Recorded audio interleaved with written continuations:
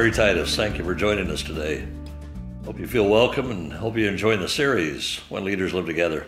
I was just reading this chapter that I'm going to be teaching on today, and it relates to when you live with a strong leader.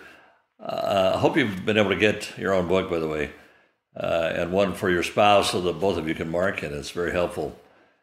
But I alluded to this in the very first chapter and the very first session when we talked about the difference between headship and leadership. I told you leadership and the responsibility of man because of the male gender, God has called him to be the head of the marriage. But as it relates to leadership, either of the partners can have varying degrees of effectiveness in leadership. So in some areas, my wife is better being the leader. In some areas, I'm better at being the leader. So we just divvy out those particular responsibilities according to whose ability. It seems like an easy thing to do. I don't know why couples struggle with it unless we really are jealous of the other person's abilities, or we don't want to admit that we're not as good at that as we think we are. But leadership responsibilities is an amazing thing and really profound, because I happen to have married a strong leader, and I'm talking about a really strong leader. Now, when we're talking about leadership, she came out of the womb as a leader. By the time she was in the fifth grade, in kindergarten, at 5 years of age, she was already leading her entire class. I think one of our great granddaughters has the same ability, but strong leadership potential. Now, I could either hamper that, I could dampen it, I could try to depress it, suppress it, but God called her to be leader. She was not born that way because it was a choice that she made. It was God. It was God that caused her to excel in leadership. So as I was perusing this particular chapter, I just couldn't help but think of the awesome pleasure it is for me to be a point of release in her life, to be a point of support. I'm not envious of it. I'm not competitive. It's really a tremendous blessing. So I just love blessing my leadership wife. But she's a leader. Now, the amazing thing is that Debbie is completely and totally submitted to my headship. So as a very, very strong leader, shall I admit it right now, she's an extremely strong leader, in my opinion, much better than myself. But she is so submitted to my headship, and it gives me such a joy to continually honor her. There's a scripture that's found in the book of John, chapter number 3, and it's John talking about Jesus. He has already introduced Jesus several times. It's been recorded that there was conversation and baptisms of the Jordan River. Now he says, he must increase, but I must decrease.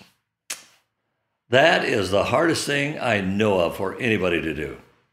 A husband, a pastor, a leader, a corporate man, a father, whatever the situation, because we love to be in that place of prominence. But it's not as easy for us whenever we say, no, honey, I'm so excited to see you blessed. I'm so excited to see you be honored. I'm so excited to see you get the award. It takes a big man to allow his wife to excel in her leadership without him attempting to suppress her or try to feel envious or jealous or he's just uncomfortable with her success. We need to put that aside and say, it's great. Let her increase, that I may decrease. And if it need be that she get more notoriety, that's fine with me. In our first ministry, we had an incredible church in Washington State. We were there 12 years. Just a phenomenal move of God, like you can imagine. And toward the 11th year, I began to sense God beginning to wane. The Spirit, I began to feel a change. I began to sense the cloud moving. It seemed like things were changing. It was not the same as it had been. And I began to question the Lord, and he gave me an illustration of a carpenter in a carpenter shop. And the carpenter, to make any particular beautiful piece of furniture, he would use one tool, then he would lay it down, then he would pick it up another tool. He never used the same tool the entire time. And the Lord said, how come you're so happy when I use you? Well, whenever I lay you down and begin to pick up somebody else and use them, you're not as happy. And I said, Lord, I want to be as happy you using somebody else as when you use me. And at that particular point in time, my wife was just coming into the publishing field and became the publisher of the very first Christian women's magazine in the nation. And as I was honoring her and watching her excel, Here I felt myself going down and her going up. And I made a conscious decision, Lord, if I never come back to a place of prominence, I'm going to find the ultimate joy in lifting up my bride, my wife, watching her excel, because I know how you take one tool, because someday you'll put her down and you'll use somebody else. But I want to be that person that says, I honor you, I love you, and I support your leadership. I want to just carry you around like a beautiful tiara on a cushion. I want everybody to see you and know you. I want to brag on you everywhere I go. I want my leader wife to be able to excel without any form of manipulation and control on my part.